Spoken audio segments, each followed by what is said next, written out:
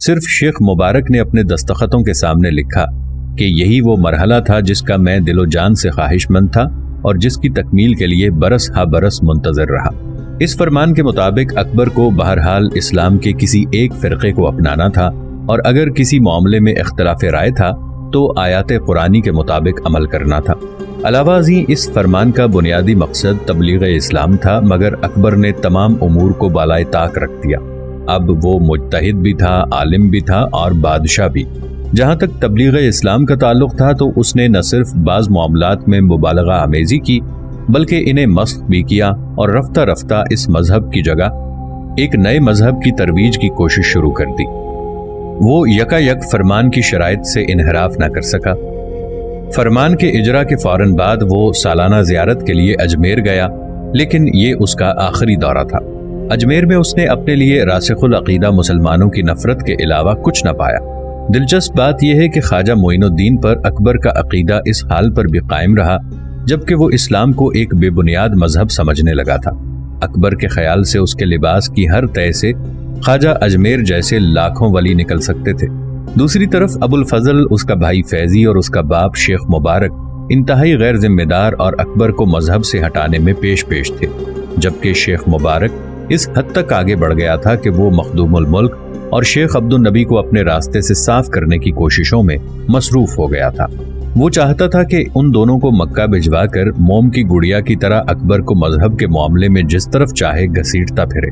چنانچہ ایک موقع پر جب اکبر اجمیر سے فتح پور سیکری پہنچا تو اسے احساس ہوا کہ اس کے نئے فرمان کے بعد لوگوں کے دلوں میں اس کے لیے قدر و منزلت کی جگہ نفرت کے بیج پھوٹ نکلے ہیں۔ اس نے ان شکوک اور شبہات کو رفع کرنے کے لیے مزید ریاکاری سے کام لیا۔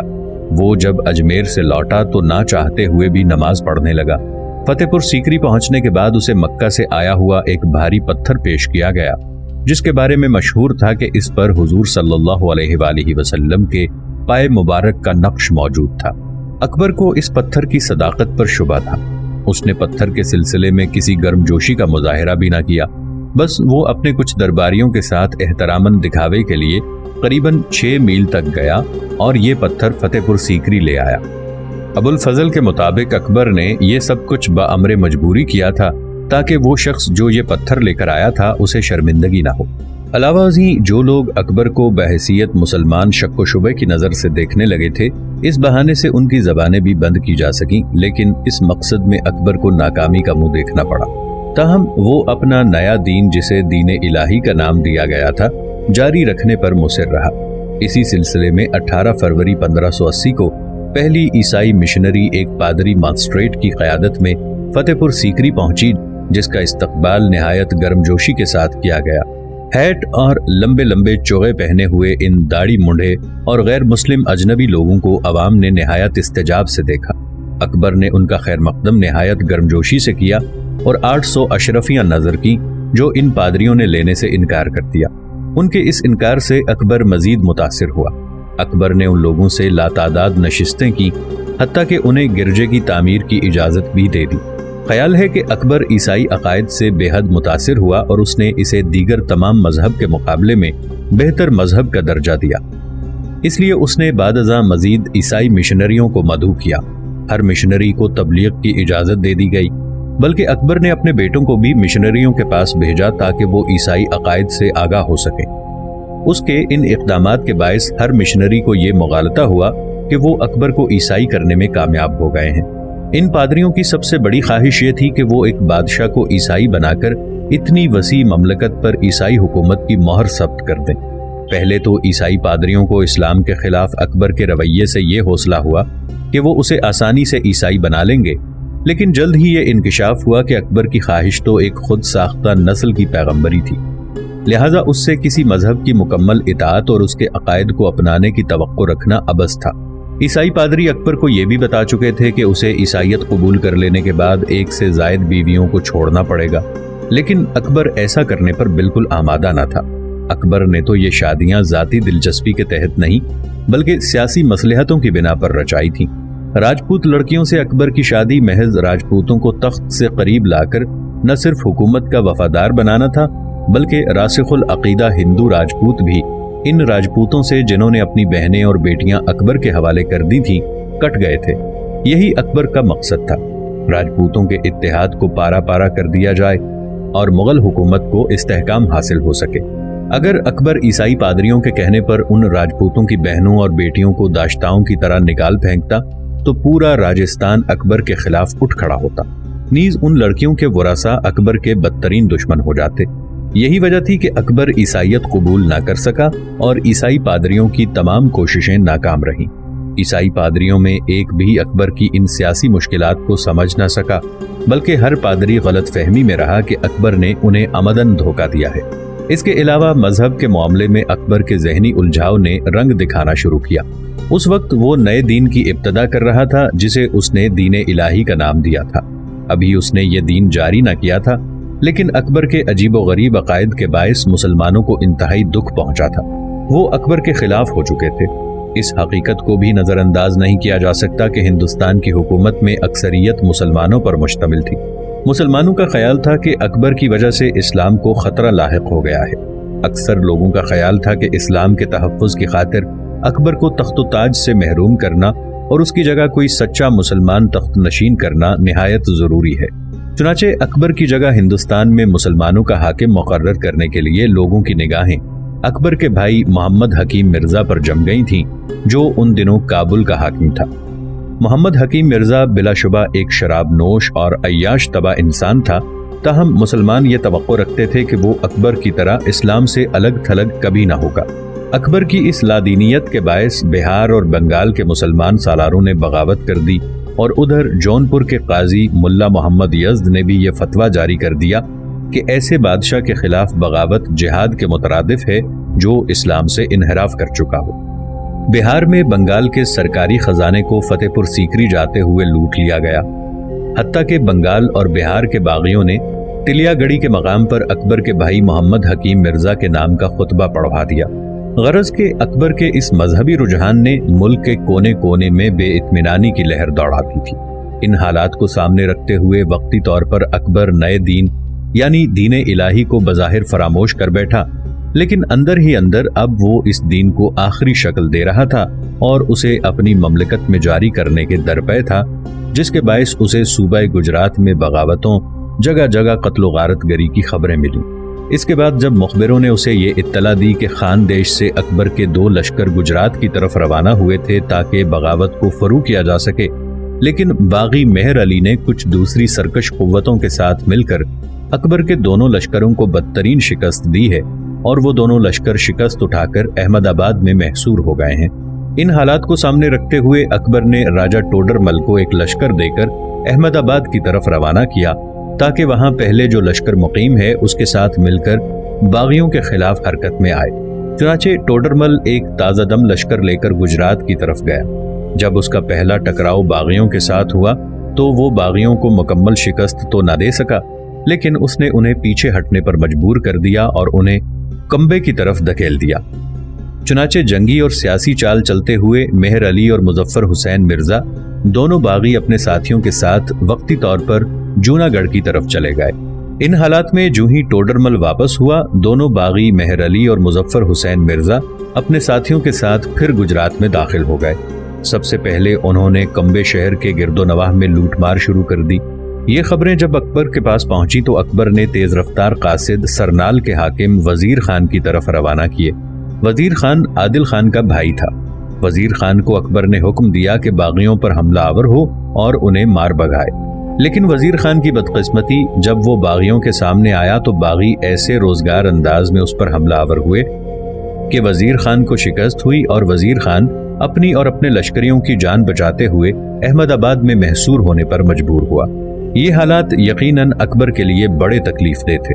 خان دیش کا حاکم باغیوں کے خلاف کامیاب نہ ہوا تھا۔ راجہ ٹوڈرمل بھی وقتی طور پر باغیوں کو پیچھے دھکیلنے میں کامیاب ہوا تھا، لیکن اس کی واپسی پر باغی پہلے کی نسبت زیادہ شدت اختیار کرتے ہوئے صوبہ گجرات میں آن گھسے تھے اور انہوں نے وزیر خان کو بدترین شکست دے کر احمد آباد میں پناہ لینے پر مجبور کر دیا تھا۔ اس ساری صورتحال کو مد نظر رکھتے ہوئے اکبر نے ایک روز عادل خان کو اپنے دربار میں طلب کیا۔ عادل خان نے تعظیم دی اور جب اکبر کے سامنے وہ کھڑا ہوا تب اکبر کچھ دیر تک بڑے غور سے اس کی طرف دیکھتا رہا، پھر کہنے لگا، عادل خان، میں جانتا ہوں تمہاری دونوں بیویوں کی گمشدگی نے تمہیں توڑ اور بکھیر کر رکھ دیا ہے، لیکن ہمارے گماشتے اور ہمارے مخبر سرگرداں ہیں، اور وہ ایک نہ ایک روز تمہاری دونوں بیویوں کے علاوہ چندر سین اور سامل داس کے بھائی بھیر نارائن کو تلاش کرنے میں کامیاب ہو جائیں گے، اور مجھے امید ہے کہ جب ہم انہیں ڈھونڈ نکالیں گے تو انہیں کڑی سے کڑی سزا سے گزاریں گے۔ فی الوقت عادل خان، میں نے تمہیں ایک انتہائی اہم کام کے سلسلے میں طلب کیا ہے۔ گجرات میں حالات انتہائی ابتر ہو گئے ہیں۔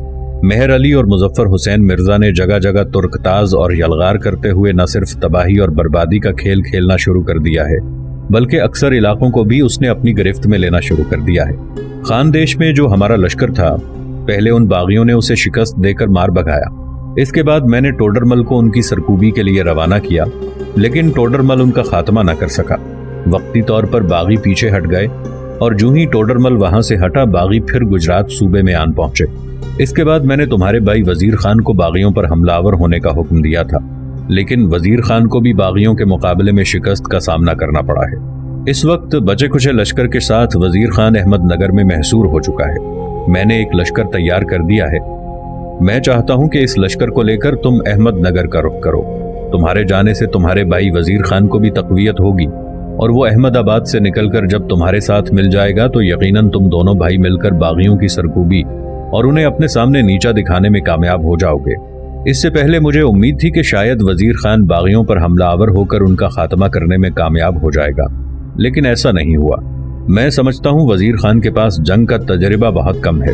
اب میں اسے سرنول کی حکمرانی سے علیحدہ کر کے واپس فتح پور سیکری بلا رہا ہوں، اور اس کی جگہ سرنول کا حاکم اپنے سالار شہاب الدین احمد خان کو، جو اس وقت مالوا کا حکمران ہے، اسے سرنول کا حاکم بنا کر بھجوا رہا ہوں۔ اتنی دیر تک تم ایک لشکر لے کر احمد آباد کا رخ کرو۔ جو خبریں اس وقت تک مجھے دی گئی ہیں ان کے مطابق وزیر خان احمد آباد شہر کے اندر محصور ہے، اور باغی عناصر شہر کا محاصرہ کیے ہوئے ہیں، اور کسی نہ کسی طرح فصیل کو پھلانگ کر شہر میں داخل ہونا چاہتے ہیں۔ اگر ایسا ہوا تو نہ صرف وہ وزیر خان اور اس کے لشکریوں کا خاتمہ کر دیں گے، بلکہ احمد آباد بھی ہمارے ہاتھ سے نکل جائے گا۔ اکبر جب خاموش ہوا تب بڑی عاجزی اور انکساری کا اظہار کرتے ہوئے عادل خان بول اٹھا، شہنشاہ معظم، آپ بے فکر رہیں۔ جو لشکر آپ نے میرے لیے مختص کر دیا ہے اسے میں آج ہی لے کر احمد آباد کا رخ کروں گا، اور میرے احمد آباد پہنچنے کے بعد مجھے امید ہے آپ کو اچھی خبریں سننے کو ملیں گی۔ عادل خان کی اس گفتگو سے اکبر خوش ہو گیا تھا، لہٰذا جو لشکر اس کے لیے مختص کیا گیا تھا اسے اس کی کمانداری میں دے کر گجرات کی طرف روانہ کر دیا گیا۔ صوبہ گجرات میں دونوں باغی یعنی مظفر حسین مرزا اور مہر علی متحد ہو گئے تھے، اور ان کے متحد ہونے سے ان کی عسکری طاقت اور قوت میں بڑا اضافہ ہوا تھا۔ اب صوبہ گجرات کے علاوہ خان دیش اور گرد و نواح میں اکبر کا کوئی ایسا بڑا لشکر نہیں تھا جو ان باغیوں کا مقابلہ کر کے انہیں گجرات سے نکال باہر کرتا، ان کا خاتمہ کرتا یا انہیں دوسرے علاقوں کی طرف مار بھگاتا۔ اس صورتحال کو سامنے رکھتے ہوئے اکبر نے عادل خان کو ایک لشکر دے کر مظفر حسین مرزا اور مہر علی کی سرکوبی کے لیے روانہ کر دیا تھا۔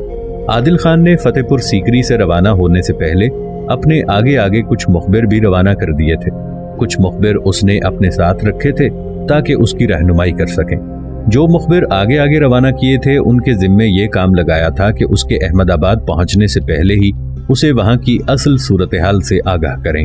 اس طرح عادل خان اپنے لشکر کو لے کر منزل پر منزل مارتا ہوا بڑی تیزی اور برق رفتاری سے احمد آباد کا رخ کیے ہوئے تھا۔ رات ہر شے کو گلے لگاتی اور آنکھوں میں اونگ طاری کرتے ہوئے بھاگتی جا رہی تھی۔ فلک سے قطرہ قطرہ گرتی اوس نے درختوں کی ٹہنیوں کو دھان کی پکی بالیوں کی طرح سرنگوں کر دیا تھا۔ فضاؤں کے سیاہ گونگے لب خاموش تھے، تاہم وقت کے سیاہ رنگ حصار میں کبھی کبھی ساون کے زرد مینڈک اور ملہار گاتے جھینگر اپنے ہونے کا ادراک ضرور دے رہے تھے۔ احمد آباد کی فصیل کے ارد گرد کبھی کبھی نمودار ہونے والے جگنوں فضا کے تھوڑے حصے کو ضرور روشن کر جاتے تھے۔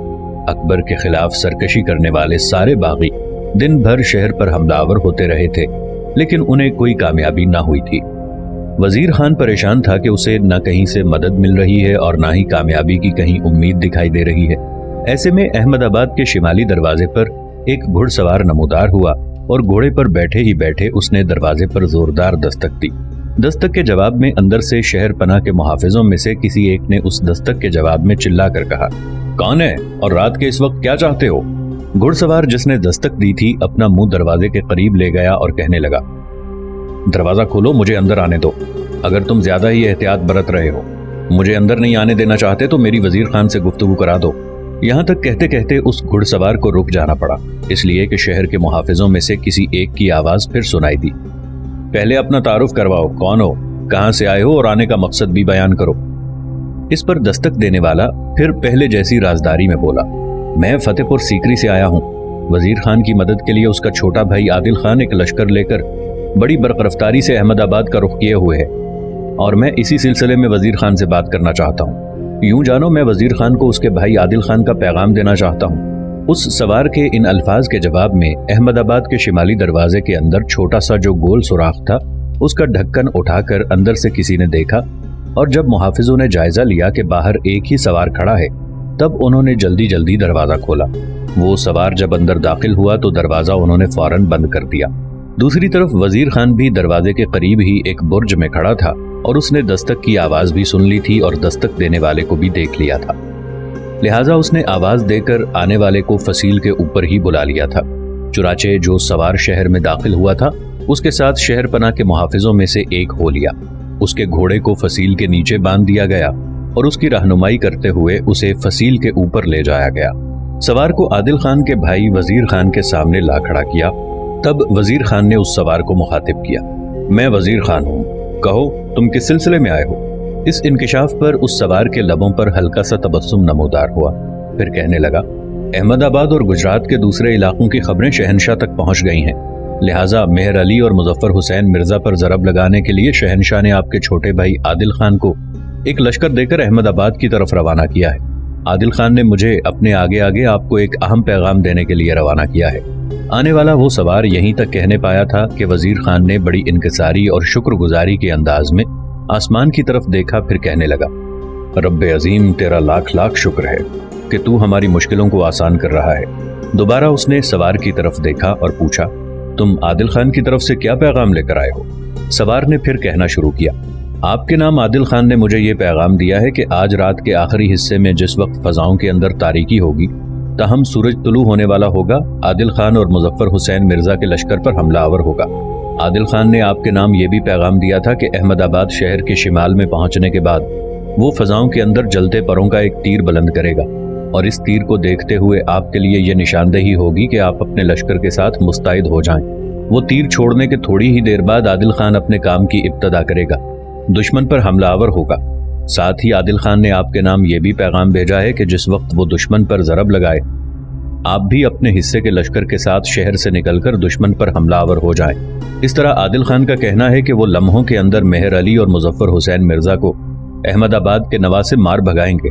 یہ پیغام سن کر وزیر خان خوش ہو گیا تھا۔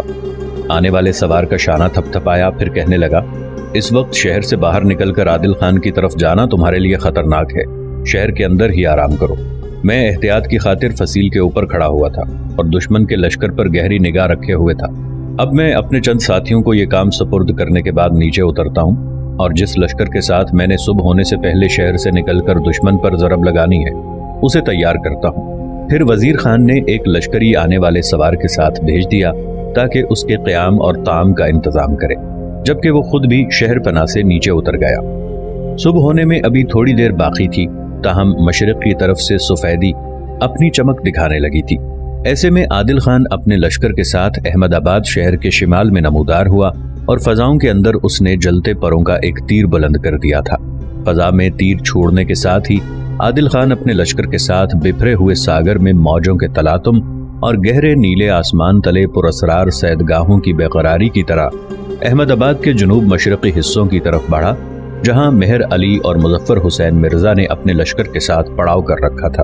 چونکہ مہر علی اور مظفر حسین مرزا دونوں اپنے اپنے لشکر کے ساتھ دن بھر شہر پناہ پر حملہ آور ہوتے رہے تھے اور انہیں کوئی کامیابی نہ ہوئی تھی، لہٰذا رات کے وقت وہ اور ان کے لشکری تھکے ہارے گہری نیند سوئے ہوئے تھے۔ تاہم لشکر کا ایک حصہ بیدار رہتے ہوئے پہرا دے رہا تھا۔ بیدار رہنے والے بھی اتنے چوکس نہ تھے، اس لیے کہ مہر علی اور مظفر حسین مرزا جانتے تھے کہ وزیر علی کے پاس چھوٹا سا ایک لشکر ہے، اور وہ شہر سے نکل کر ان پر شبخون مارنے، ان سے ٹکرانے یا ان پر حملہ آور ہونے کی جرت اور جسارت نہیں کرے گا۔ ایسے میں وہ کام عادل خان نے کر دکھایا۔